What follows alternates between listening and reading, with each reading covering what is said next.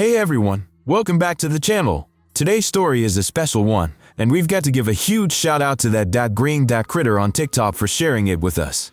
Make sure to check out their page for more awesome content.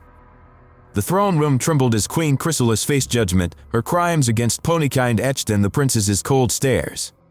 "You stand accused of murder and corrupting harmony itself," declared Celestia, her voice echoing like a death knell. Chrysalis remained silent, her hollow eyes reflecting no remorse, only a hunger that could never be satisfied.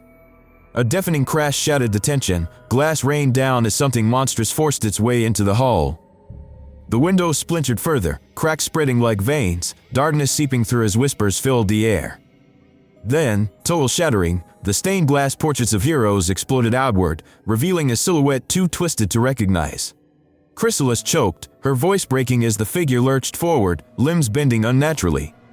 The thing that was once Fluttershy rasped, "Gi give me," before repeating her own name like a broken chant. Twilight's journal noted her stable condition, but the numbers meant nothing now. The infection was already inside the castle. Luna's record showed no danger yet, but her high sanity would not last, none of them would. Celestia's perfect health mocked them all, a fleeting illusion before the inevitable collapse into madness.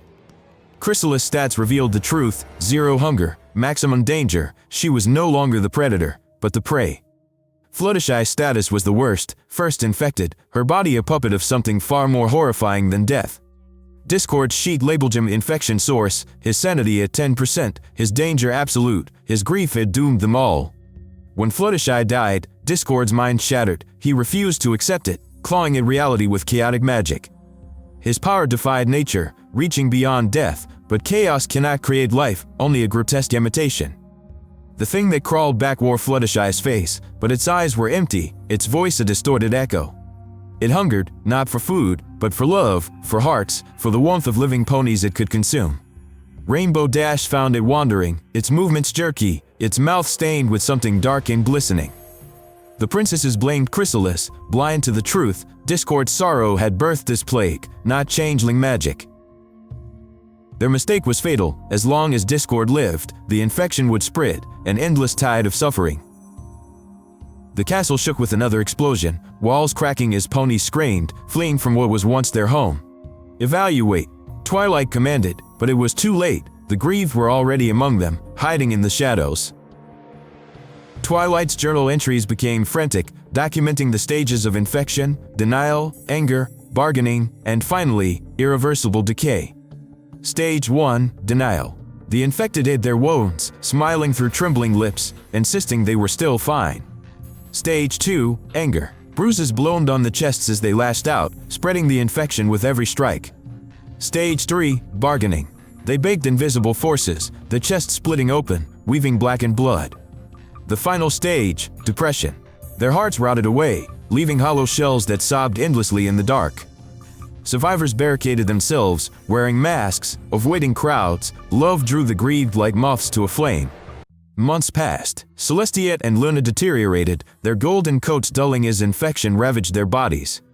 The Crystal Empire became the last refuge, its walls a fragile shield against the nightmare outside. Applejack and Rarity worked tirelessly, their hose calloused from labor, their smiles forced and thin. Sunburst's research yielded nothing, every potential cure failed, leaving only despair in its wake.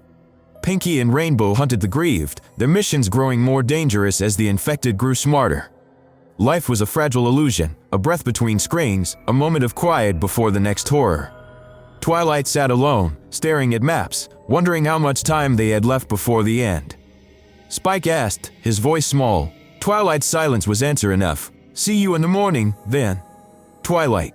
Spike's scream tore through the night, raw with terror, his claws scraping against stone.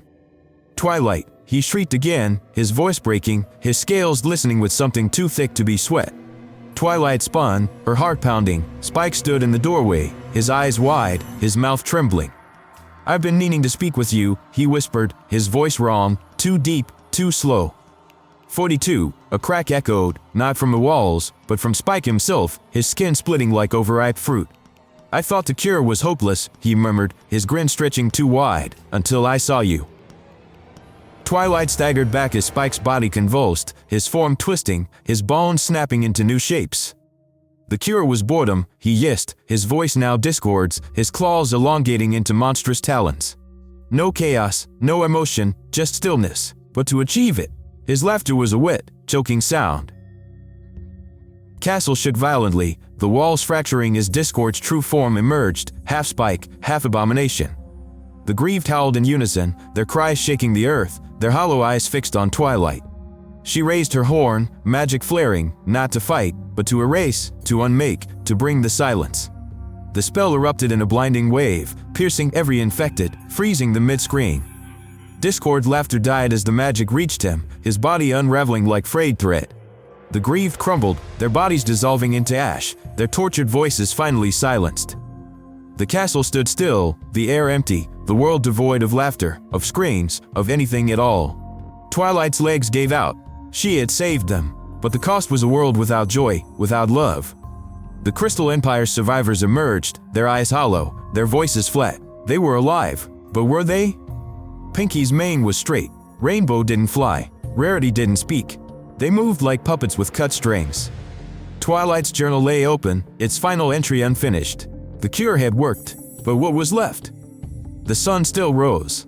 The grass still grew, but the heart of Equestria had stopped beating. In the throne room, a single shard of glass reflected Twilight's face, her expression as empty as the world. Somewhere, deep in the castle, a faint crack echoed. Something was still moving. Something was still hungry. Twilight didn't react. She didn't care. The cure had taken everything, even her fear. Outside, the wind howled through barren trees. No birds sang. No ponies laughed. Just silence. Forever.